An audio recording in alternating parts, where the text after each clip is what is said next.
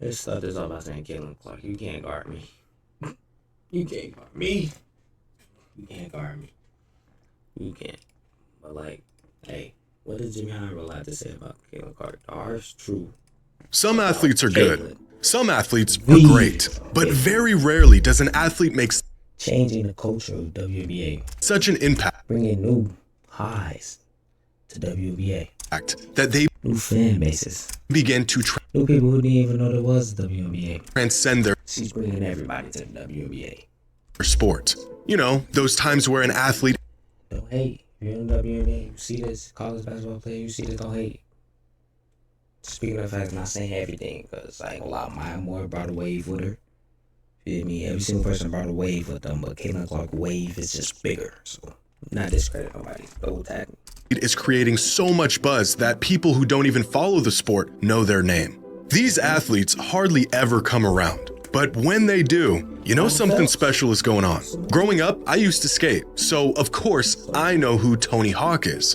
But my mom also knows who Tony Hawk is. In a sport that tends to only retain the most die-hard fans, Usain Bolt was so incredible that he became a household name. And it also helped that his name sounds like he was destined to be the fastest man of all time. Ask the average person to name any golfer, and they'll instantly say Tiger Woods, followed by or Roger Federer. Well, him. Only reason I know that the project on him. No one else. There are very few athletes that reach this level. But that's real like sports knowledge. Of popularity, where they almost single-handedly lift their sport to new heights. And right now, women's basketball is home to an athlete that may just be next in line to be one of these transcendent athletes. Caitlin Clark has only been in the WNBA for one season, and she is already the face of the league, drawing in more fans, viewers, money than ever before. But it hasn't come without harsh criticism, some of it targeted at the disproportionate admiration and attention being given to just one player, and some of this criticism claiming she simply isn't nearly as dominant as we are led to believe, a product of the sports media machine pushing their golden child. Is Caitlin Clark really as good as advertised? Or have her talents been overblown for the sake of the WNBA and the future of women's basketball? Talk to me, what do you think? And I want to... What do you guys think? I know what I think. What do you guys think? Comment down below. Personally thank Caitlin Clark for lifting up our sport. W. Staley. Today's video is sponsored by $100 completely unprecedented this year's sportsbook. Shout out Agent. I tried last night. Harder than it looks. On April 7th of this year, the women of the NCAA Basketball Championship accomplished something completely unprecedented. Throughout the game, they drew in nearly 19 million viewers, a number that shattered every NCAA women's record, exceeded the viewership of any men's tournament game over the last half-decade, and even surpassed I'm never going you had it, but if you saw it, you saw it. Every single NBA Finals game since 2018. The game was a groundbreaking spectacle, with people who had never even tuned into a single basketball game in their life. By the way, where's she at? Bree Hall? I know her. She was in my high school. My sister played with her. I know her. I know. Turning on the TVs to see who would be crowned. If you want to get in contact with her, just subscribe. And I'll let you get in contact with her. Champions. The majority of this flocking attributed to one player, Caitlin Clark. Her unbelievable range and record-breaking performances proving to be must-watch TV. The true testament of her greatness and impact, all of the doubt and borderline detest that quickly followed her ascent. Some fans and players, both past and present, questioning if her talents would translate to the next level and if the horde of fans she inspired would. I don't know why they thought it was. She's miles, light years ahead when it comes to shooting. I said shooting, so. Follow. They did. That's true. Her WNBA debut attracted the most viewers of any WNBA game in the history of ESPN. Indiana's home game attendance jumped from an average of 4,000 fans last season to an average of over 17,000 fans this season. That's a more crazy. than 400% increase That in just is a single crazy. year. Transactions in the Fever's team store jumped over 700%, and WNBA viewership has skyrocketed to levels that even Clark's biggest advocates could not foresee. God. Dude, Kate, Like, and I don't understand why girls hate on her, but Caitlyn's bringing something to the sport as a whole. Like, you finna start getting paid more because of Caitlyn. You're mad. You're hating on her. Game I would hate on somebody that's gonna make me more money. 4 of last year's WNBA Finals drew in more viewers than any WNBA game over the last 2 decades, with 728,000 fans tuning in for the game, living up to the hype as one of the most anticipated games in the history of the league. This season, there were 22 regular season games that eclipsed that mark, 21 of them drawing in over 1 million viewers. Even crazier, 18 of those 22 games featured Caitlin Clark and the Indiana Fever. But the most revealing evidence of the now dubbed Caitlin Clark effect is the fact that WNBA viewership has nearly the now I'm giving you a little love. People be hating on you, Angel. But this is Caitlin Clark with Angel Reese, pretty sure. dubbed Caitlin Clark effect is the fact that WNBA viewership has nearly caught up with NBA viewership in 2024. On ESPN, NBA games averaged 1.56 million viewers this past season. WNBA games averaged 1.2 million viewers. Not hating, I promise I'm not.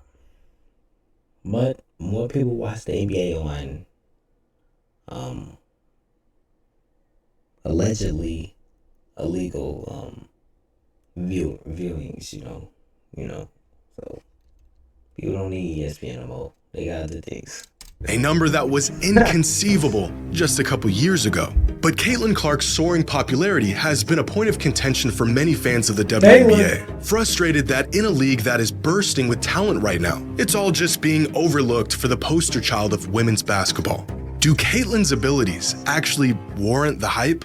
In just her rookie season, Caitlin broke over a dozen league and franchise records, including the WNBA's single-season assist record. She set the record for the most assists in a single game. She received the most All-Star votes of any player in WNBA history, set a new league record for double-doubles by a guard in a single season, scored the most points of any rookie in league history, and became the first rookie in WNBA history to put up a triple-double. Just this past week, it was announced that Caitlin made first-team All-WNBA, which makes her the first rookie to make first-team All-League since Candace Parker did it 16 years ago. Turns out those awe-inspiring performances from her days in college did in fact translate to the pros. Because even against the best defense in the world, she is pretty much an offensive cheat code. Throughout her rookie season, with points and assists, Clark generated 45.2% of all points produced by the Indiana Fever. For perspective, she has a larger offensive load than every single player in the NBA last season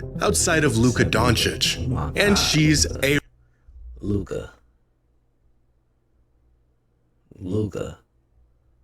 He's so different. rookie. But to really understand Caitlin's unparalleled and she's a rook, the 200 most productive offensive seasons in WNBA history on a scale of points generated per game. And among these seasons, you'll find the greatest players in the league's history. Lisa Leslie, Tamika Catchings, Cheryl Swoops, Candace Parker, and Angel McCoughtry have tons of seasons littered throughout this chart. Climb towards the top and you'll find seasons from Asia Wilson and Cynthia Cooper. But with 4 of the top 10 most productive offensive seasons in WNBA history is Diana Taurasi, her 2006 campaign being the best of them all, producing 33.9 points per game. And then there's Caitlin Clark, who is already the most potent offensive player in the history of the WNBA in her rookie season. Women's hoops has never seen a player like this. And as absurd as her numbers are, how she puts up these numbers is just as incredible. Here are the players who attempt the longest three-pointers on average in the NBA last season, with Trae Young leading the league with the deepest three-point attempts with an average distance of 20. But niggas, you step up, you can make more threes, buddy. It'd be easier for you, buddy. As for you too, Jordan Poole. 7.94 feet, and Damian Lillard and Stephen Curry, and you, Hallie, just a shade closer. Despite it still being worth the same amount of points, the longest shooters in the NBA are stepping 4 feet outside the three-point line on their attempts. But even amongst the deepest shooters in the world, Caitlin Clark is on her own island, because throughout the 2024 regular season, her average three-point distance was 28.1 feet, which is not only further than any player in the NBA and in the WNBA, it is a whopping 6 feet out from the WNBA three-point line. Ain't you the same three-point line as us? I knew that. Has Caitlin Clark been worth all the attention and hype that has engulfed her over the last 2 years? Yeah, I'd say so.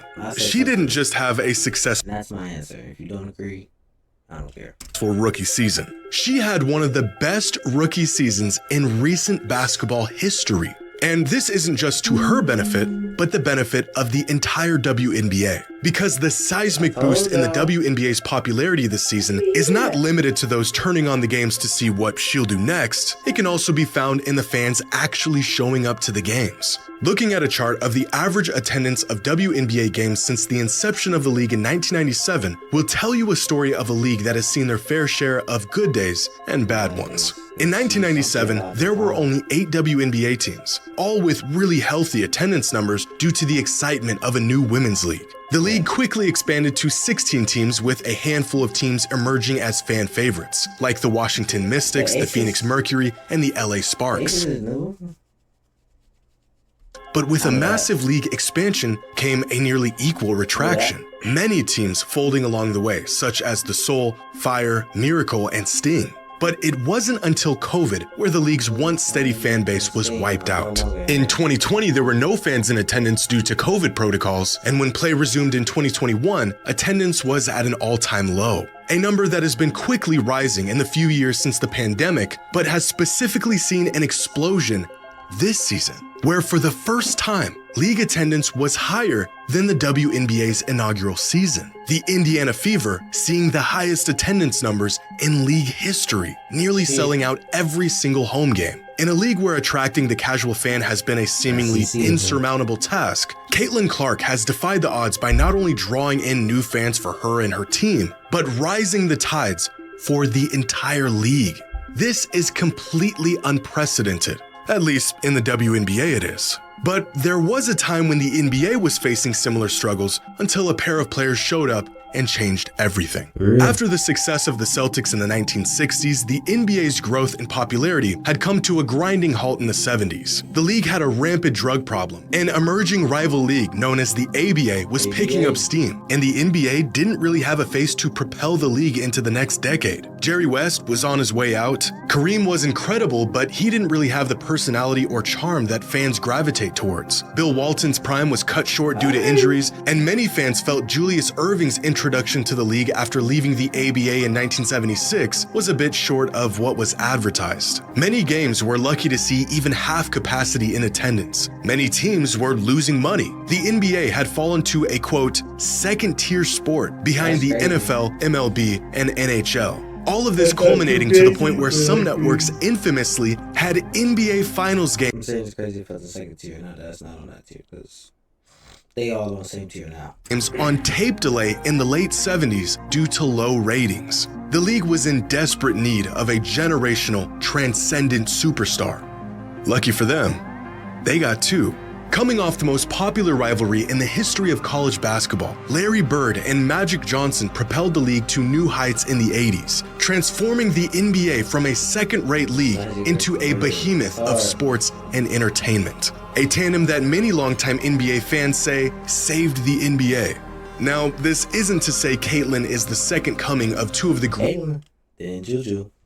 greatest, most important figures in the history of basketball, but her impact on the sport at such an early stage in her career has reached a level reminiscent of some of the most influential athletes of all time relative to their sport. Because her popularity hasn't just affected her, it has had a cascading effect on players across the entire WNBA. Clark has essentially become the gateway to NBA fandom for many people. They come to witness the phenomenon that she is and end up staying once they see just how awesome the league and its players are. Players around the league are signing groundbreaking endorsement deals. Teams now have their own planes and new facilities. Many WNBA players have become household names, some of the most recognizable figures in sports today. There is real, genuine discourse about the games and the players right now that exists beyond the diehard fans. Conversations about the WNBA are now no longer about the legitimacy of the league itself, but instead about its players, records being broken, rivalries, the playoffs, title hopes, the draft, and up-and-coming prospects.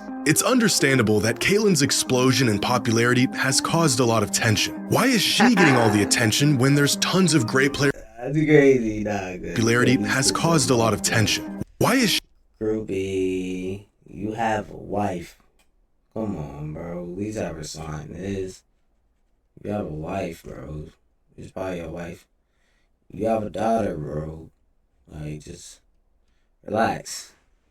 She getting all the attention when there's tons of great players around the league doing great things? The answer to that question? Well, it depends on who you ask. But there's no denying the widespread impact Clark has made on the league in just a single season. For years, players in the WNBA pushed for people to give their talents and their skills and the product a chance. And in record numbers, people finally are. Now, what it took to get them to tune in may not be the most ideal circumstance, where for many casual fans, one player is overshadowing the vast majority of an entire league, but it's 1,000 steps in the right direction. Whether the Caitlin Clark effect will have a lasting impact on the league and retain these new viewers and fans and continue to draw in more in the future is something that only time will tell.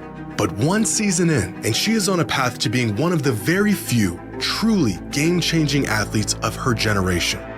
And yes, she's got all the talent to back it up.